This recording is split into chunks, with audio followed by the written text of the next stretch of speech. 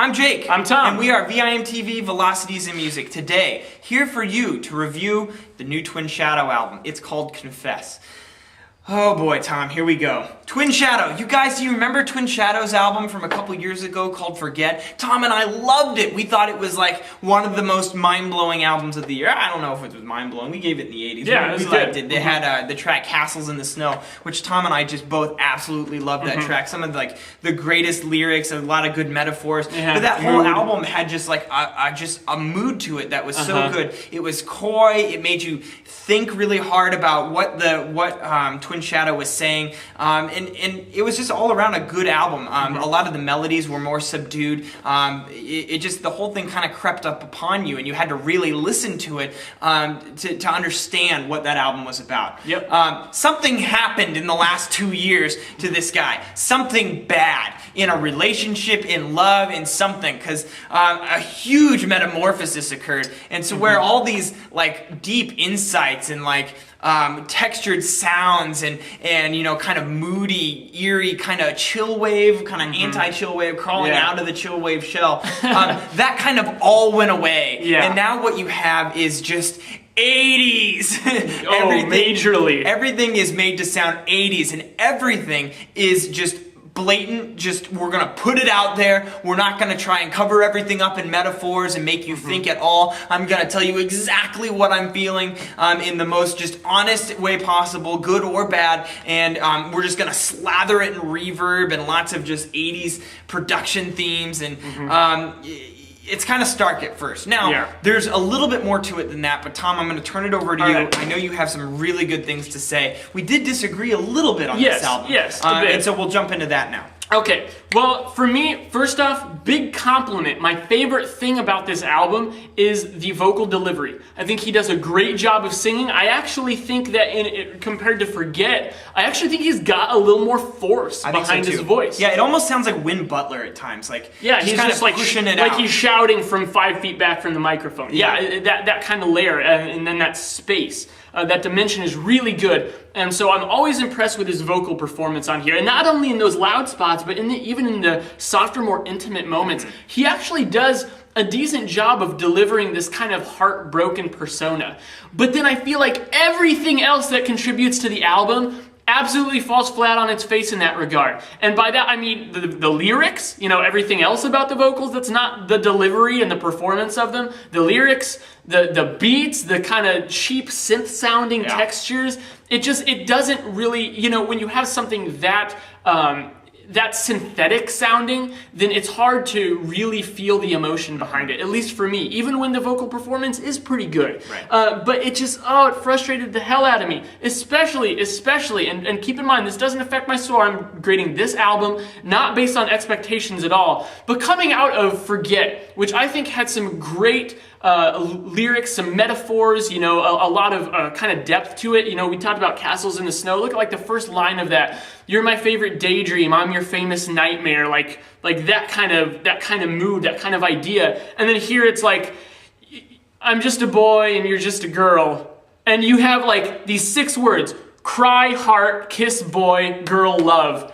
All those are just littering this album. And so when you have the concepts driving the lyrics that up front and that blunt for the listener, I think it's hard to connect with. I think it comes off sounding kind of cheesy, and it's just exactly. And I'm just like, I feel like no one should think like this. You know, we've all gone through breakups. Well, not you, but you know, most people have gone through like some sort of messy breakup, like when you were a kid, or maybe right now. You know, so sorry if I'm striking a nerve, but you know, there's different types of emotions that you go through and different ways that you can handle it. You can either be, you know, one of the choices that you have of how to present yourself to the world and your ex is you can be, you know, kind of down about it, but still kind of cool, trying to recover, trying to rebuild who you are as a person, because it's a big crush to your self-esteem. Or you can just be absolutely desperate, blast yourself out there and just be, I'm gonna be me and honest and tell you how I feel, and that's what he's doing here. I find that it's a little bit repulsive, and And I think what Tom was talking about with the lyrics, and something that I kind of we were talking about before we turned on the camera, is like, you can really take that criticism, the picking a few words that artists repeat a lot. A lot of artists do that. That's not really what makes this a unique situation, but it's kind of an instance where it's like the tip of the iceberg, really. This is the visible part of the problem, and here let's open it up, because there's so many different ways, if he's feeling this way, that he could have handled this, that he could have made this better. Because honestly, I don't feel like this flows like an album at all. There are tracks here that are just significantly better than other tracks. I thought some of the last songs on the album just sank. The ship sunk on those tracks. When the movie's over, I don't care. When the movie's over, that's just one of it's a terrible song. It's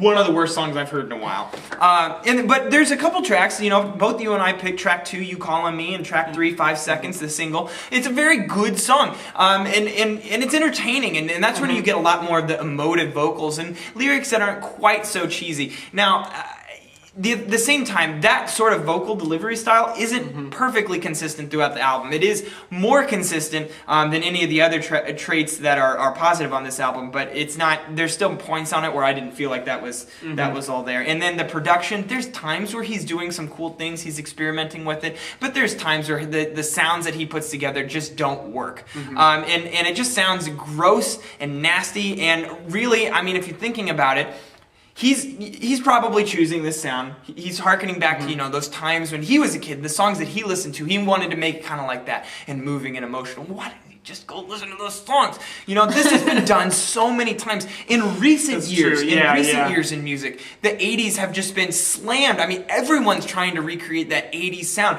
So mimicking it, that exact. What are you trying to get out of it? How are you trying to make your music better? What is the point of Twin Shadow making this album? That is the question I want to draw.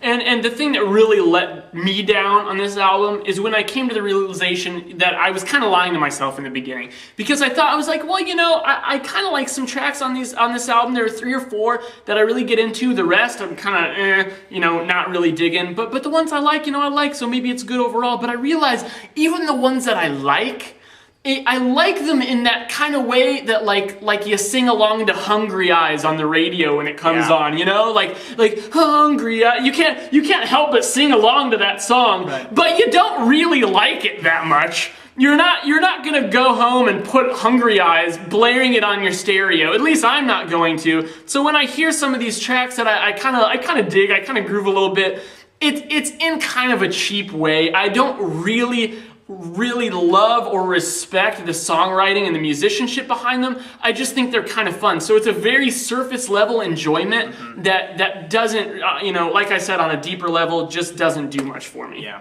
And I think that when it comes down to it, I think I just enjoyed some of the tracks just a little bit better than you do, especially on the front half. But I did have trouble with just the album structure, the album flow. It did kind of tail off for me at the end. By the end of this album, I don't want to keep listening. And that's a big problem. That's going to keep any album out of a higher score zone for me. And really this one too, I'm actually going to go lower than what we talked about. I'm going to go 65 on this one. All right. I'm going to go 59. It just doesn't really deserve that high of a score, I don't think. I think there's a lot of issues here that need to be fixed. I would have recommended that he, just didn't go this direction. You can still incorporate those 80s production styles and themes, but you don't have to make copycat sounds. Yeah. Copycat songs for that matter. You could have, constructed a concept and really tried to clue your listener into what you're going through and made it personal. Tell a story and have them just kind of realize at the end how important this was to you and how crushing it was that you had to go through all of this, instead of just, just blowing it all out there and just, this is what I feel. It's juvenile. It's not what I'm into. It's not what I want to listen to, and I didn't think that this was particularly original or well done. I think Tom agrees. So guys, what did you think? Did you like this album? Did you like it better than Forget? If so, leave us a comment. We're cool with disagreeing. That's totally awesome. These are just our takes on it. So your guys' opinion, we'd love to hear it. Let us know at www.velocitiesandmusic.com or youtube.com/velocitiesandmusic. Also, please leave us a comment on YouTube and Twitter, because that's where we do a lot of our talking with you guys. We get lots of feedback on what we should do better at Velocities and Music, and also albums and music we should listen into, both new and old. So let us know what you're into and what you're listening to right now. We'd love to hear. I'm Jake. I'm Tom. And we are VIMTV, moving music critique forward.